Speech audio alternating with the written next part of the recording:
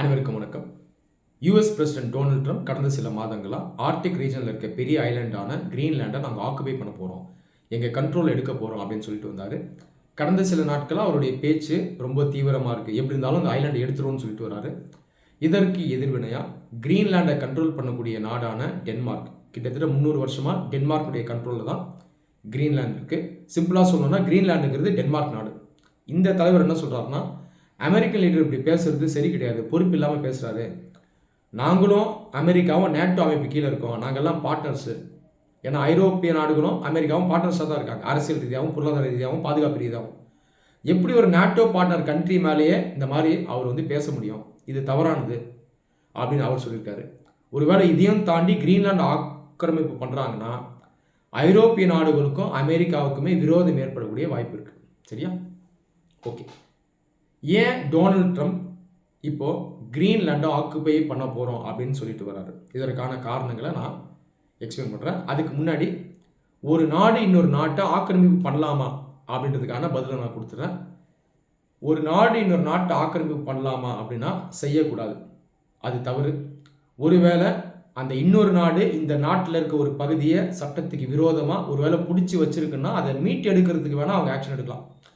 மற்றபடி எந்த ஒரு நாட்டும் இன்னொரு நாட்டினுடைய இறையாண்மைக்கு எதிராக செயல்படக்கூடாது.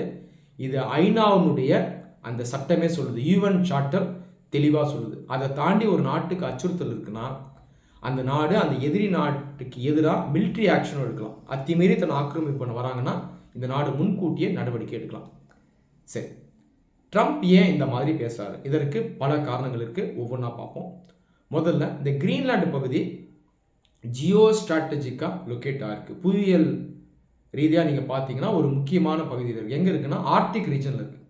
இந்த ஆர்டிக் ரீஜன் எங்கே இருக்குன்னா நார்த் போலில் இருக்குது. ஏஷியா, நார்த் அமெரிக்கா, யூரோப்பை இணைக்கக்கூடியது இந்த நார்த் போல்.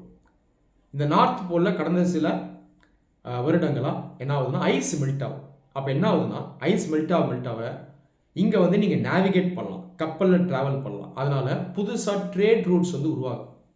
இப்போ இந்த மாதிரி ரூட்ஸ் நமக்கு கிடைக்குதுன்னா ஏஷியா, நார்த் அமெரிக்கா, யூரோப் நடுவில் நம்ம ஃபாஸ்ட்டாக ட்ராவல் பண்ணலாம். ஏன்னா ஷார்ட் ரூட் கிடைச்சிடும். தற்போதைக்கு ஒரு லாங் ரூட் எடுத்து தான் நம்ம போகிறோம். உதாரணத்துக்கு Indian ocean route, Pacific route, Mediterranean sea ரூட்டை எடுத்து போகிறோம்.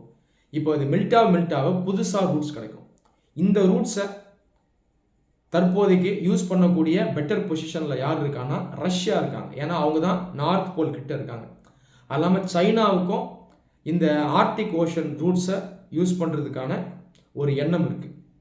இது முதல் காரணம். அப்போது ட்ரம்ப் என்ன நினைக்கிறாருன்னா, இந்த நாடுகள் யூஸ் பண்ண நினைக்குது, அதற்கு முன்னாடி இந்த அட்வான்டேஜை நம்ம எடுத்துடணும். எப்படி பண்ணலாம்னா நம்ம ஆக்கிரமிப்பு பண்ணிட்டா பெட்டராக இருக்கும் அப்படின்னு அவர் நினைக்கிறார். இது ஃபஸ்ட்டு காரணம்.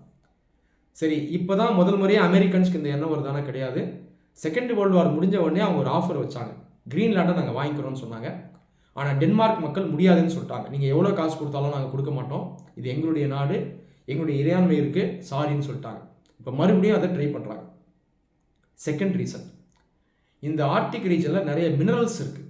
இப்போ கிளைமேட் சேஞ்சாலும் ஐஸ் மெல்ட் ஆகுது. அப்போ என்ன பண்ணலாம்னா மைனிங் பண்ணி நிறைய மினரல்ஸையும் இங்கிருந்து எடுக்கலாம். கோல்டு, டங்ஸ்டன், இந்த மாதிரி நிறைய மினரல்ஸ் இருக்குது. இந்த நாடுகளுடைய எக்கனாமிக் டெவலப்மெண்ட்டுக்கு சில மினரல்ஸ் ரொம்ப முக்கியம். அவங்கள கிரிட்டிக்கல் மினரல்ஸ்னு நம்ம சொல்கிறோம். கோபால்ட், லித்தியம், டங்ஸ்டன், காப்பர், இதெல்லாம் இருக்குது. இது ஒரு சில நாடுகள் கிட்ட தான் அதிகமாக இருக்குது. உதாரணத்துக்கு ஆஃப்ரிக்காவில் இருக்குது, சைனாவில் இருக்குது, ஆஸ்திரேலியாவில் இருக்குது, கசாக்ஸ்தானில் இருக்குது. மற்ற நாடுகள் கையில் அந்தளவுக்கு இருக்காது.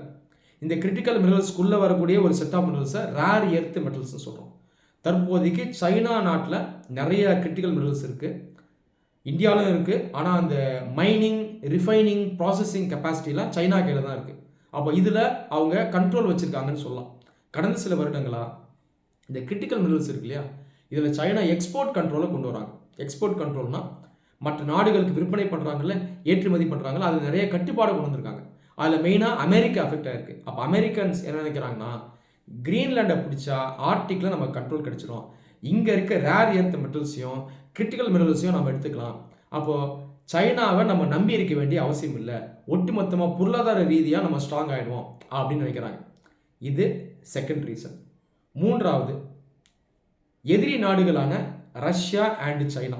ஒரு காலத்தில் இவங்க ஈஸ்டர்ன் பிளாக் நாடுகளாக இருந்தாங்க. சித்தாந்த ரீதியாக அமெரிக்காவும் இவங்களும் ஆப்போசிட் சைட்ஸில் இருக்காங்க.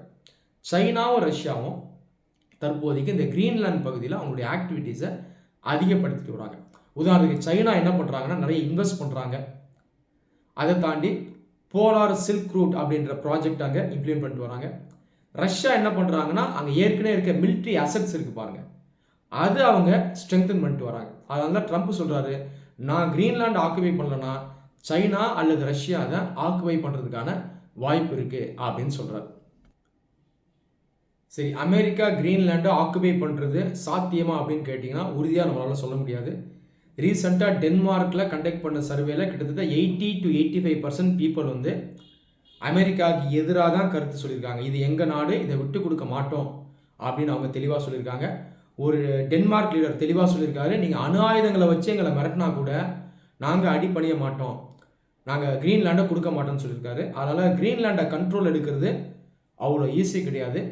அதை தாண்டி நம்ம பார்த்தோம்னா டென்மார்க் ஒரு யூரோப்பியன் கண்ட்ரி. தற்போதைக்கு யூரோப்பும் அமெரிக்காவும் அரசியல் ரீதியாகவும் பொருளாதார ரீதியாகவும் பாதுகாப்பு ரீதியாகவும் கூட்டாளிகளாக இருக்காங்க நேட்டோ அமைப்புக்குள்ள. டென்மார்க்கும் ஒரு நேட்டோ நாடு. அப்போது இதுவும் ஒரு சவால் தான். ஒரு நேட்டோ நாடு மீதே அமெரிக்கா தாக்குதல் நடத்தி கிரீன்லாண்டு எடுக்குமா, இந்த கேள்வி இருக்குது.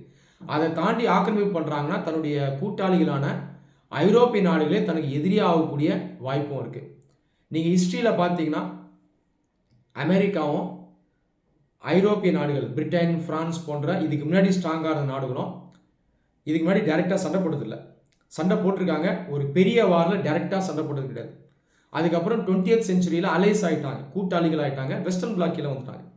இப்போ ஒருவேளை கிரீன்லாந்து அமெரிக்கா எடுக்கிறாங்கன்னா ஐரோப்பிய நாடுகளே அமெரிக்காவுக்கு எதிராக போகக்கூடிய வாய்ப்பு இருக்குது. கண்டிப்பாக இதெல்லாம் ட்ரம்ப் யோசிப்பார். கிரீன்லாண்டை அவ்வளோ ஈஸியாக எடுக்க முடியாது. ஆனாலும் அமெரிக்கா ஒரு வல்லரசு. தற்போதைக்கு ட்ரம்ப் அமெரிக்காவினுடைய பொசிஷனை ஸ்ட்ரெங்தன் பண்ணணும்னு பார்க்குறாரு. கோல்டு வார் முடிஞ்சு 1991க்கு அப்புறம் அமெரிக்கா எந்த அளவுக்கு பவர்ஃபுல்லாக இருந்ததோ மறுபடியும் அதே மாதிரி ஆக்கணும்னு நினைக்கிறாரு. அதனால் ட்ரம்ப் வந்து அன்பிரடிக்டபிள் லீடர். நம்ம வெயிட் பண்ணி தான் இதை பார்க்கணும். ஆனால் கிரீன்லாண்டை ஆக்குபை பண்ண நினைக்கிறாங்க அப்படின்னா கண்டிப்பாக அது ஒரு பெரிய சவாலாகவே அமெரிக்காவுக்கு இருக்கும். நன்றி.